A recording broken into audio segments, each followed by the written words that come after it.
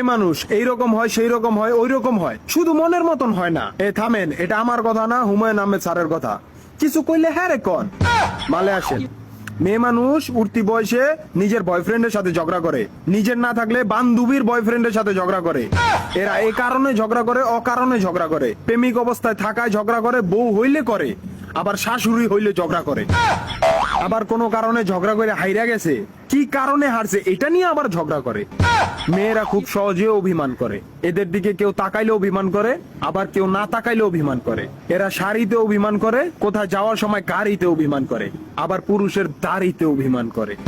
এরা নিজের স্বামীর ব্যর্থ দেখে অভিমান করে, আবার অন্যের স্বামীর সফল দেখে অভিমান করে। অন্য মেয়ে নিজের স্বামীর দিকে তাকালে অভিমান করে, নিজের স্বামী অন্য মেয়েদের দিকে তাকালে অভিমান করে। মেয়েরা খুবই আজব। এরা এমন রাগী যে সামান্য বিষয় নিয়ে রাগ কইরা হারপিক খায় ফেলায়। অসুস্থ হইয়া পড়ে থাকবো, কিন্তু ওষুধ খাইতে গেলে নানান তাল বাহানা। মাঝে মাঝে মনে হয় কি যে মেয়েদের মন জয় করার চাইতে এবার জয় করা সহজ।